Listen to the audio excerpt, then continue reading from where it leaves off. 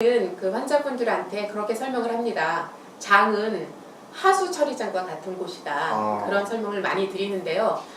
예를 들어서 그 여름철에는 음식 쓰레기를 집에서 부엌에서 부엌살림을 하면서 음식 쓰레기물을 모아놓고 보면 아침에 분명히 조금 버리고 갔는데 저녁 때 들어와 보면 부글부글 끓고 집안의 냄새가 진동하고 그런 것들을 경험한 적 있을 것입니다. 여름철 한낮 온도가 아무리 높다고 해도 33도, 34도 이 정도 되는데요. 우리 장내 온도는 36.5도가 넘고 대략 37도 정도 되거든요.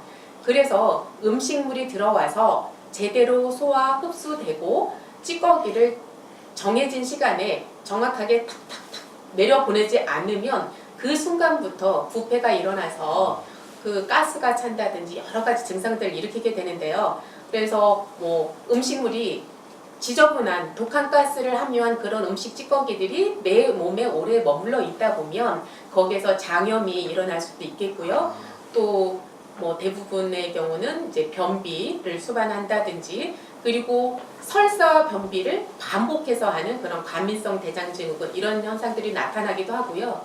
이런 여러 가지 염증이라든지 변비라든지 이런 증상들이 반복되다 보면 그 장에 상처를 내게 되고 그러니까 거기에 용종이라든지 조금 더 커다란 문제도 일으키게 됩니다. 그리고 그런 것들이 반복되다 보면은 이제 대장암이라든지 이런 쪽으로 가기도 하는 거고 물론 뭐 암 이야기는 너무 무거운 이야기이긴 하지만 요즘 대장암이 많이 늘어나는 추세이기 때문에 이렇게 사소한 질환, 그러니까 변비라든지 그 설사라든지 이런 문제부터 잘 해결해서 넘어간다면 그런 대장암에 대해서 그렇게 큰 두려움을 가질 필요가 없을 것 같습니다. 그렇습니다. 그 뭐 장염이나 변비 이런 거는 저도 많이 들어본 얘기고, 근데 그 과민성 대장증후군 사실 저는 이거 처음 들어보거든요. 네, 구체적으로 어떤 뭔가요? 이 과민성 대장증후군 이름도 어렵네요. 그러니까 과민성. 그러니까 요즘 사람들이 굉장히 청결하거든요. 밖에 나갔다 오면 무조건 손 씻고 비누칠해서 열심히 씻고 반복적으로 나갔다 올 때마다 아니면 물수건 갖고 다니면서 손 씻고 이러면서 옛날에 비해서 전염병은 많이 줄어들었는데 근데 이런 것들이 상대적으로 너무 그 청결한 생활은 우리 몸의 어떤 면역력을 오히려 좀 낮추는 그런 결과도 초래했습니다.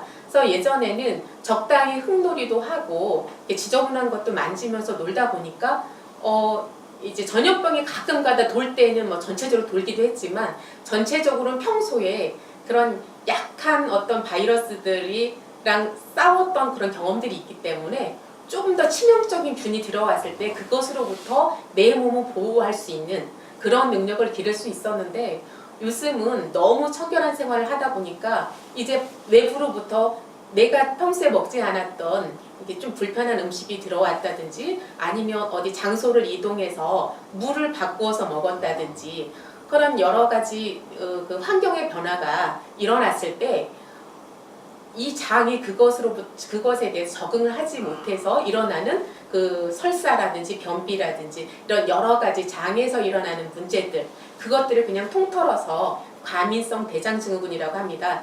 그래서 과민성 대장증후군을 가지신 분들은 대체적으로 뭐 이렇게 금방 설사했다가 어제는 설사를 여러 번 했는데 오늘은 또 변비를 일으키고 이렇게 설사와 변비를 교대로 일으키는 증상이 가장 주된 증상이라고 할 수 있겠습니다. 네. 자, 그럼 지금 시청하시는 분들도 내가 과민성